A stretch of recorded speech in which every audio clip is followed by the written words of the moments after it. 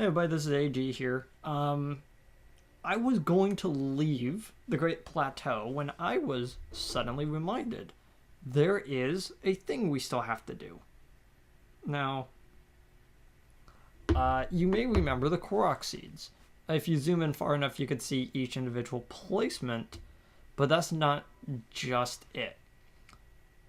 I need to find all of them in this area. And it looks like that I've already gotten like a good... I got a fair amount of them. So basically what I did is because it's sometimes a little hard to know where they actually are, I pulled up a map. I'm going to be looking at the map periodically to make sure that I have everything I need.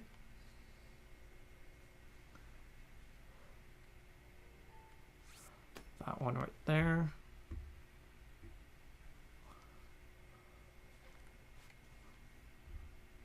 Got the one on top of the Temple of Time.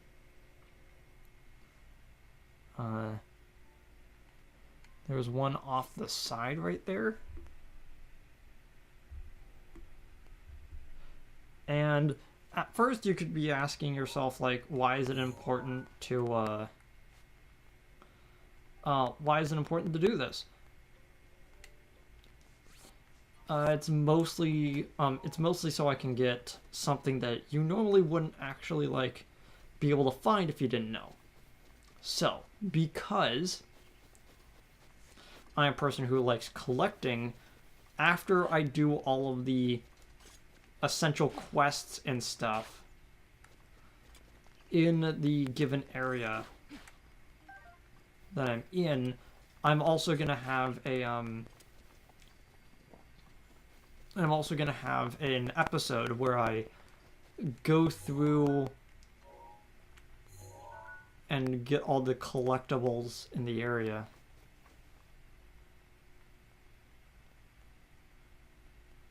It's weird.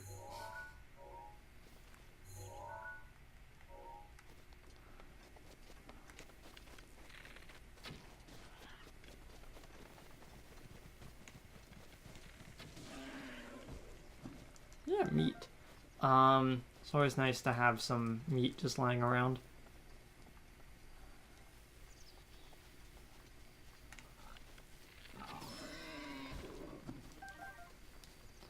Those guys are a lot easier to handle when you're not in a panicked state near the beginning and you're trying to find all of the necessary stuff.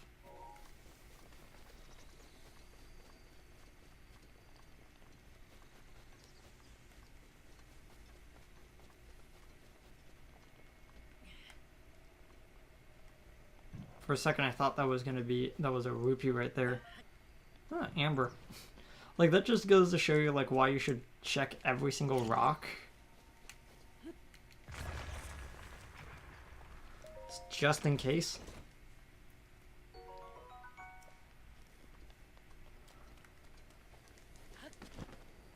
As you can see, like, the paraglider makes it a lot easier to traverse certain areas.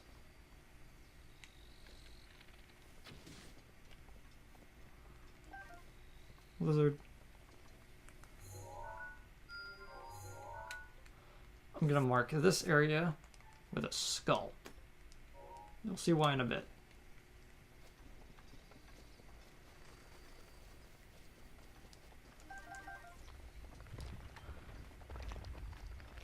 So this is one of the several occurring mini-bosses in the game, the Stone Talus.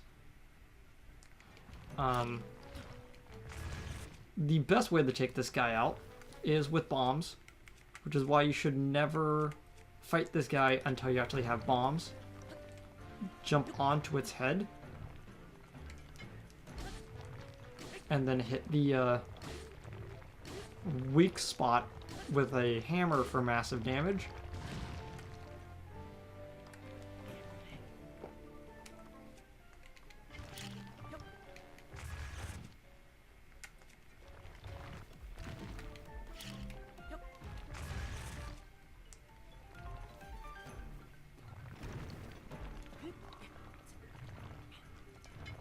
Got him. Yeah, so this guy, he's kind of difficult the first time you get to him because you have no idea what you're up against. But thing is, the reason why I marked that on the map is because he's farmable. Yeah, you can actually come back to this area after enemies respawn and fight him again, so you can get more of these, more of the minerals that he drops. He dropped like a ruby, several opals, and ambers. Like they're stuff that you normally would just like sell, and get a lot of money for that. But I'm actually farming them for different reasons. I need a lot of gemstones for what I'm planning on doing for this series.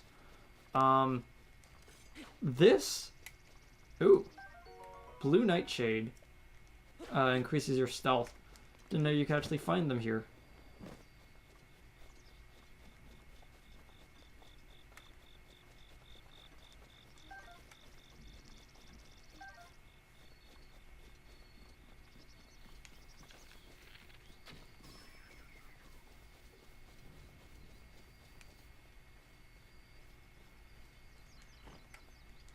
To sneak around those guys so they don't see me.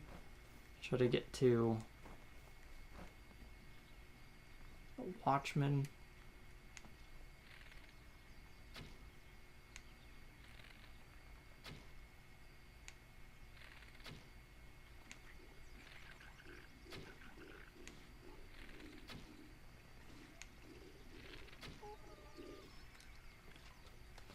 Got him, but I already alerted all of them.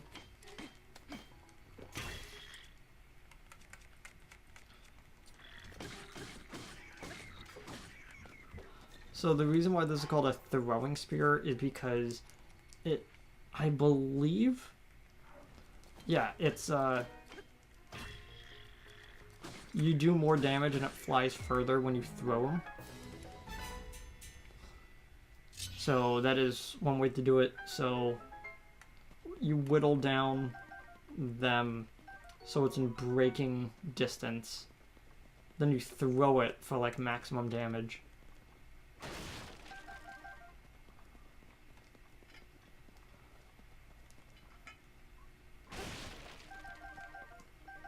Yeah, like, what's funny is, like, I went through most of the area in the game. Sorry, not the whole game, but most of the area in the tutorial, and there's still stuff that I haven't shown is actually impressive for a tutorial section.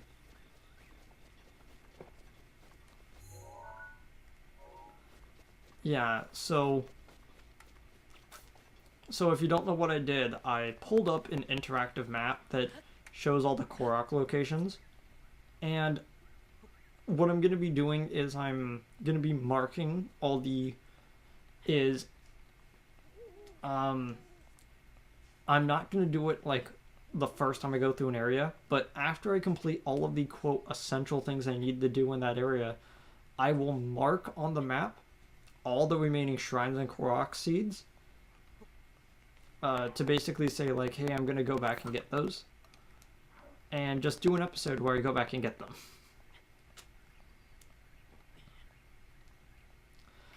This one is... these ones are going to be a little longer than most episodes.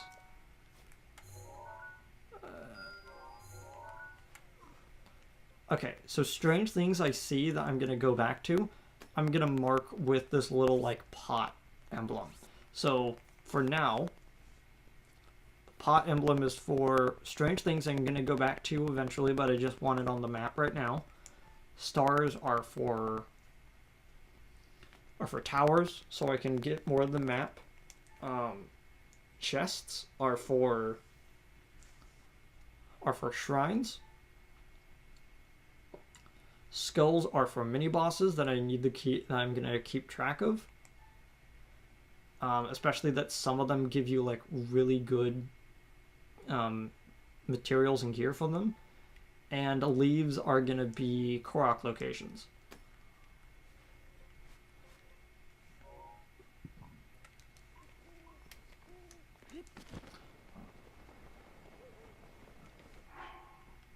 So in one of the things that went by when it was in the tutorial, talked about how you should be wary of fire, because fire does a thing that fire does and spreads. So in this game, what you can do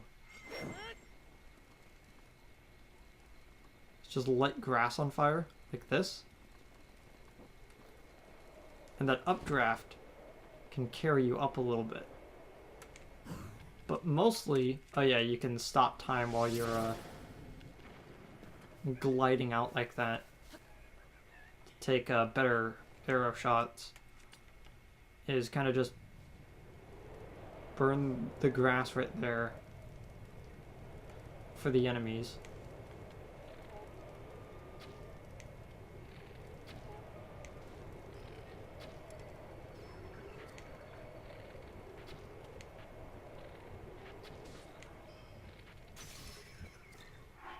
Okay, that one's gone.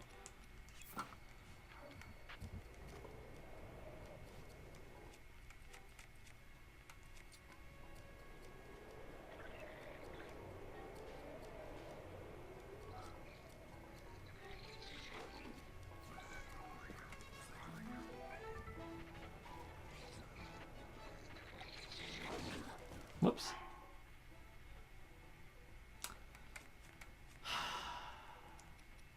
I see you there.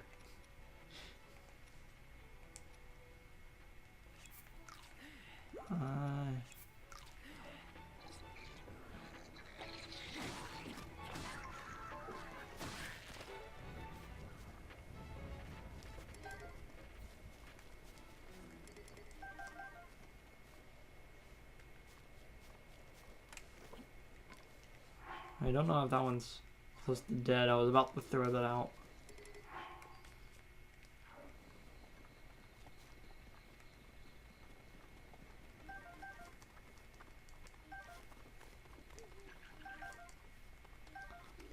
Okay. Grab the chest. Fire arrows, because of course. Teaches you about how fire spreads and then gives you arrows so you could spread your own fire.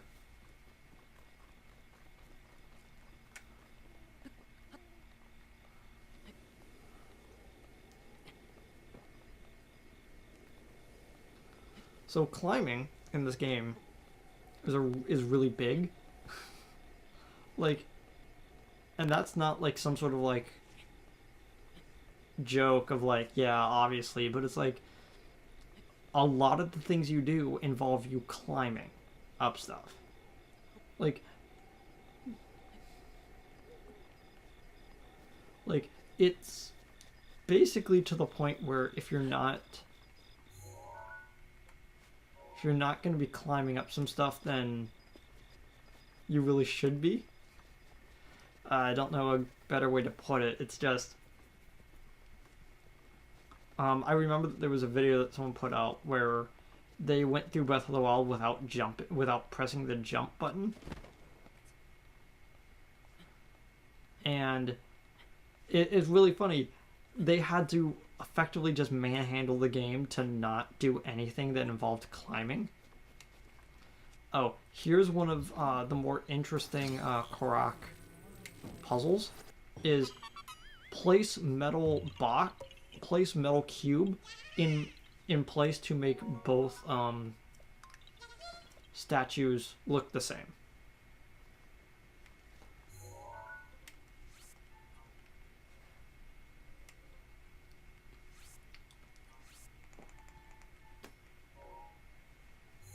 Whoops. There we go.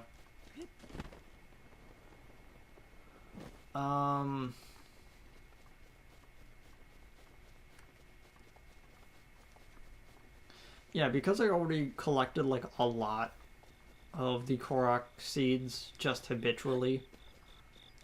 All the ones that are here are usually in this sort of location, because oftentimes I don't usually go over there until the very end when I have, or they're actually on the cliffside, and I couldn't get them anyway until I have the paraglider. So, it's effectively what I have right there. Oh, we're back over here.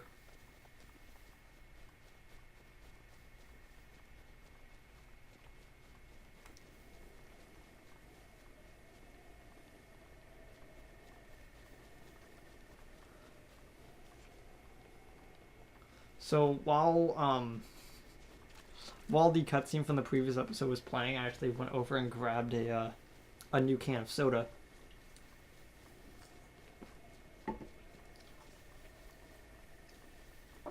This one is non-name brand black cherry. I have to cross the river of the dead.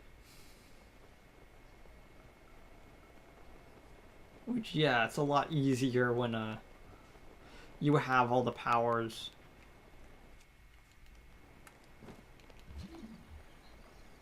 It's a lot easier when you have all the powers at your disposal and you're able to paraglide over. Like, it's almost hilarious about how easier it is.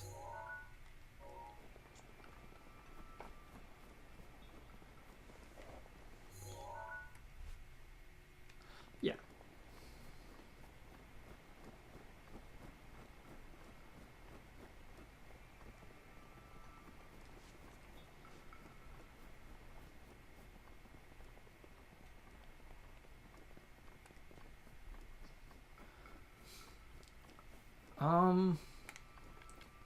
Some of the things I'm going to try to do in this series is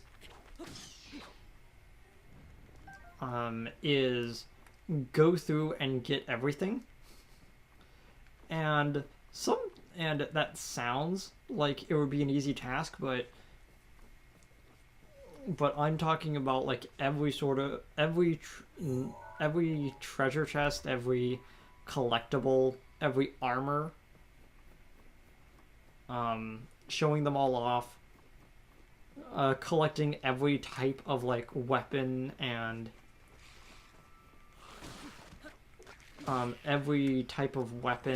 shield, fighting every sort of enemy. Like, it's like when you start realizing like how much to the game there is in terms of collectibles, like some people like get a little sweaty because they're like, oh, I don't think I can actually do that.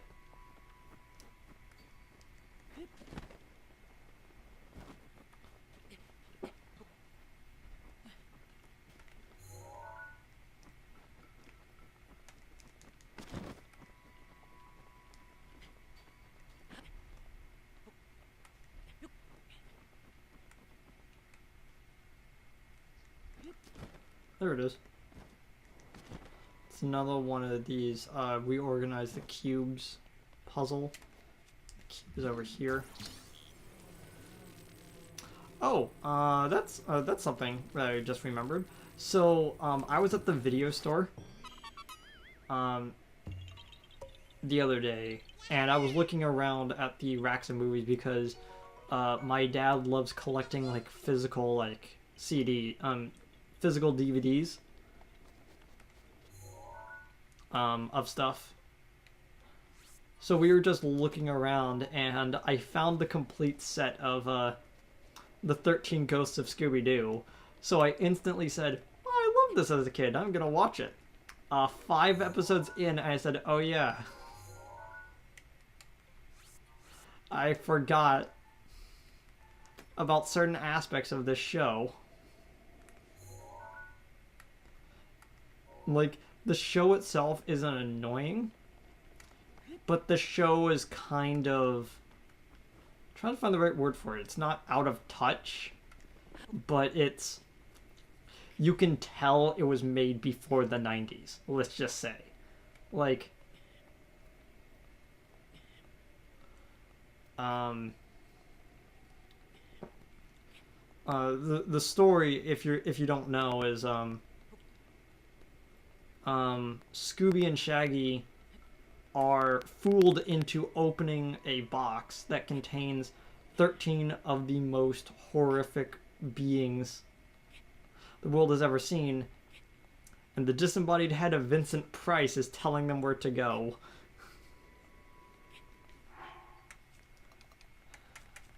Although I was actually surprised of how much he does actually interact with the group in the earlier episodes. And it does kind of feel like that every episode is has a distinct feeling to it. But the feeling is not Scooby-Doo, which is but the episodes that I watched, I loved.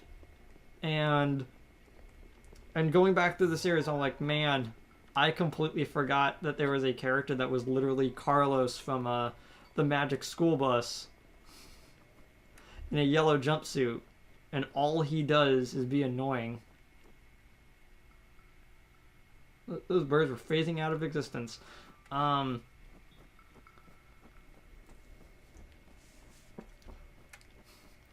And I also forgot that Daphne was also there, and they were sporting a different type of mystery machine, because it was the era of they didn't want to have Fred on the show for some reason. So they couldn't use. They weren't using the mystery machine.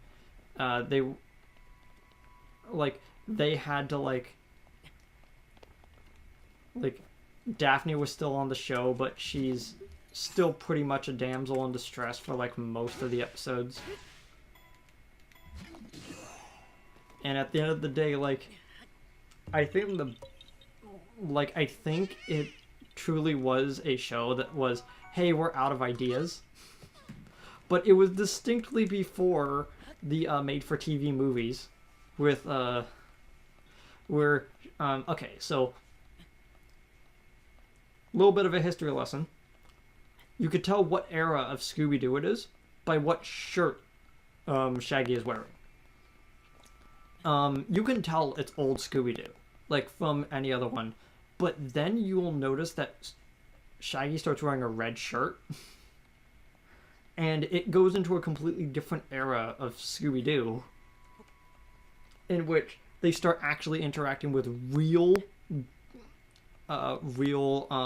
ghouls and ghosts in their episodes, primarily in the made-for-TV movies. And then the series had a resurgence back in late 90s, early 2000s. In which they made different made-for-TV movies that were a little bit higher quality, had better soundtracks. But primarily the thing that most people remember is that the movies were actually, in some parts, very well written. And then a completely new art style comes in after those movies. And you have the modern era of them, and then you have the even more modern era. I don't want to use the phrase postmodern because it's literally a more modern era. I'm just kind of rambling about Scooby-Doo. Not because I don't have anything to talk about, but it's actually kind of interesting of how much about the series I've watched and how much I enjoy it. And it's really funny that there are people out there that don't know that much about Scooby-Doo. I remember reading that someone was confused when the live action movie came out. And they're like, who is this Scrappy character? And it's like, oh, Oh, you poor thing. You don't know what they're talking about. About how they literally just threw the character in a dumpster effectively because of how annoying he was. Because they wanted a dog character that was a brave, like, a brave sidekick in contrast to Scooby. But all he did was basically make the entire show, like, kind of a slog to watch. And that should be it.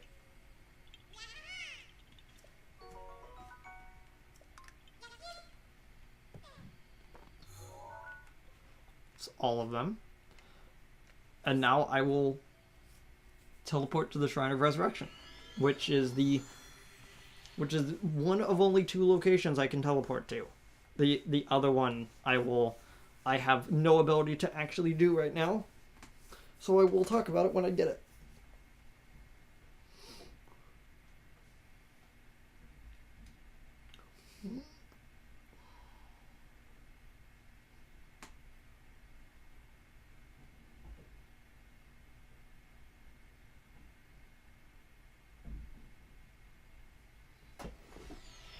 So the reason why we came back to the Shrine of Resurrection is not only to that it's the only fast travel location. It's also to load in like all of these side quest stuff.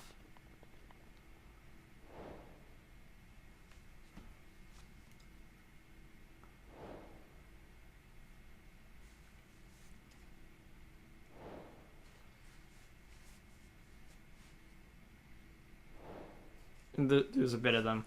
It happens when you're doing like when you have like a bunch of DLC just added to the game. Oh yeah, these boxes don't actually have anything in them, right?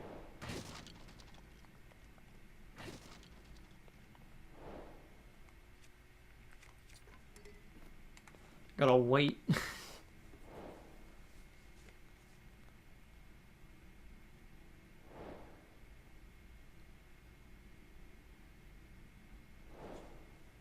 Xenoblade Chronicles 2. Have to wait for them to go in alphabetical order. And the last Korok for this entire area is back where you slept. He only appears after you've collected all of the other Korok Seeds from this area, giving you around round 18 of them. I'm gonna quickly double check teleportation rumors. Apparently in South Akala Stable has a copy of Super Rumor Mill EX, which details some rumors about such a rare item. That is... oh... yeah, that's a far distance. We probably won't be getting to that for a while, but that is the second teleportation spot. Is using that item. And we will use it in a very distinct place. And then never move it.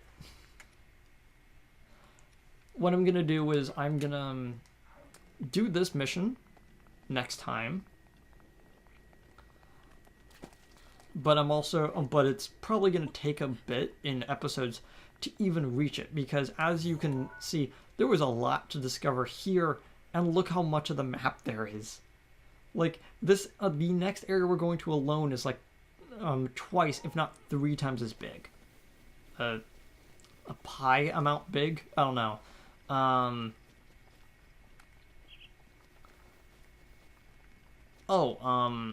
So now that the king has kind of revealed himself, he doesn't appear in any of these locations. So yes, you can actually miss the Worm Doublé. Luckily, though, you can actually find it again later on. But it is actually kind of interesting that such an important beginning item of the game is completely missable.